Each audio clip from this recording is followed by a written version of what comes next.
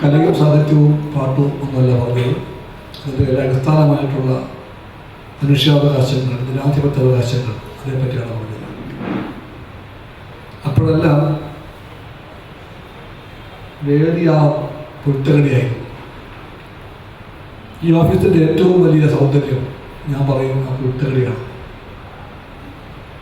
നമ്മളെല്ലാം ഇടയ്ക്കിടയ്ക്ക് സമയം ഉണ്ടാക്കിയിട്ട് വൈകുന്നേരം അവിടെ പോയിരിക്കാറുണ്ട്, ആ ബെഞ്ചിൽ പോയിരിക്കാറുണ്ട്.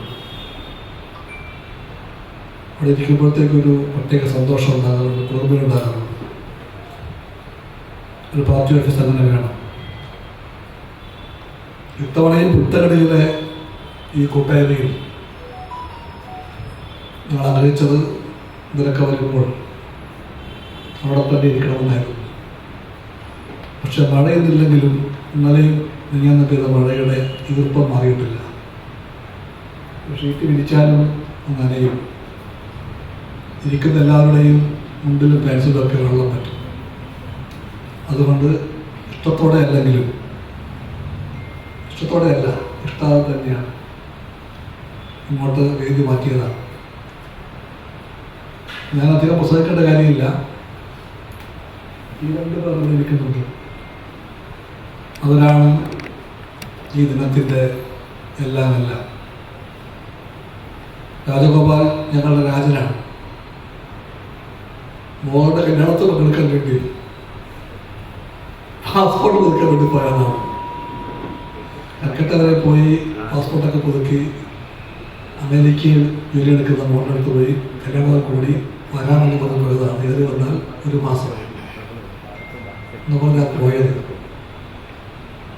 നാടിൻ്റെ ഇപ്പോഴത്തെ അവസ്ഥ ഇങ്ങനെയൊക്കെ ആയതുകൊണ്ട് ആ പാസ്പോർട്ട് പുതുക്കി കിട്ടിയില്ല. രാജഗോപാലിനെ ഗവൺമെൻറ്റിന് ഭയമാണ്. അദ്ദേഹത്തിൻ്റെ തലക്കെട്ടുകളെ അവർക്ക് ഇപ്പോഴും ഓർത്താൽ നടക്കുമുണ്ടാകും. ഒരു പത്രപ്രവർത്തകർ, പത്രാധിപർ തൻ്റെ പേനയെ,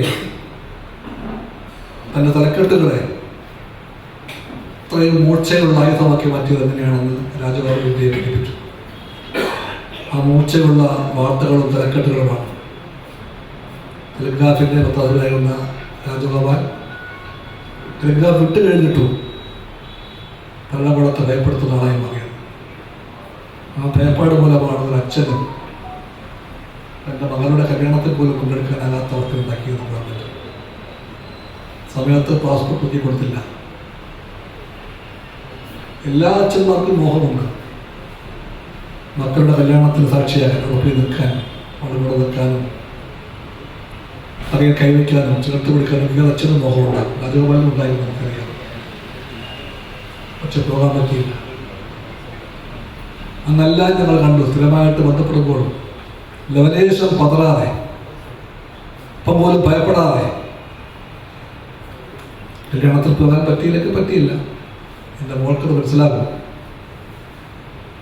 പാസ്പോർട്ട് പുതുക്കുന്നെങ്കിൽ പുതുക്കട്ടെ, അതുവരെ തുടരാം, അവിടെ തുടരാം എന്ന് പറഞ്ഞുകൊണ്ട് നിന്ന രാജഗോപാലിൻ്റെ ധീരതയ്ക്ക് മുമ്പിൽ, ഈ നാട് മുഴുവൻ കാണിച്ച പിന്തുണയ്ക്ക് മുമ്പിൽ മോദി ഗവൺമെൻറ്റിന് പരാജയം സമ്മതിക്കേണ്ടി വന്നു. പാസ്പോർട്ട് പുതുക്കി കിട്ടി. അപ്പോഴേക്ക് കല്യാണം കഴിഞ്ഞു പോയി. അതുകൊണ്ട് കല്യാണം കാണാൻ പറ്റിയില്ല, കൂടാൻ പറ്റിയില്ല. രാജനും കുടുംബവും ചിന്തിക്കുന്നത് ചെറിയൊരു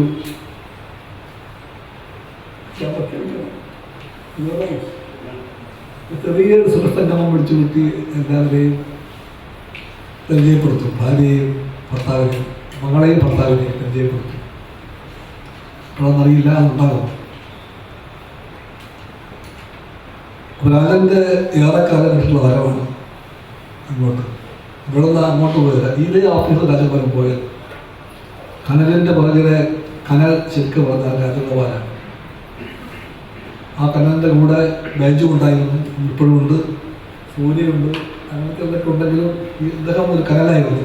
ഇതിൻ്റെ പുറകിലെ കനൽ ഒന്നും പുറത്ത് കാണിക്കാതെ ഞങ്ങളെല്ലാം കൂടെ ചെറിയൊരു ആഹാരമെല്ലാം കഴിച്ചുകൊണ്ട്, ഉച്ചക്കത്തേക്കുള്ള ആഹാരം വളരെ ലളിതമായൊരു ആഹാരമാണ്, അത് ആർത്തിയോടെ കഴിച്ചുകൊണ്ട് ഇതിൻ്റെ ഭാഗമായിട്ട് ജീവിച്ചൊരു സഖാവാണ് രാജഗോപാൽ.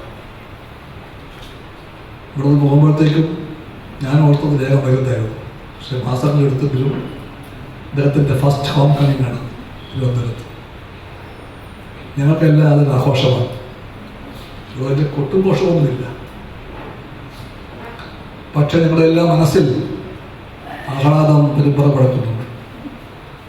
ഞങ്ങളുടെ സ്വന്തമാണ്, സഹോദരൻ, സഖാവ്, സഹപ്രവർത്തകൻ, പോരാളി എല്ലാമായ രാജഗോപാൽ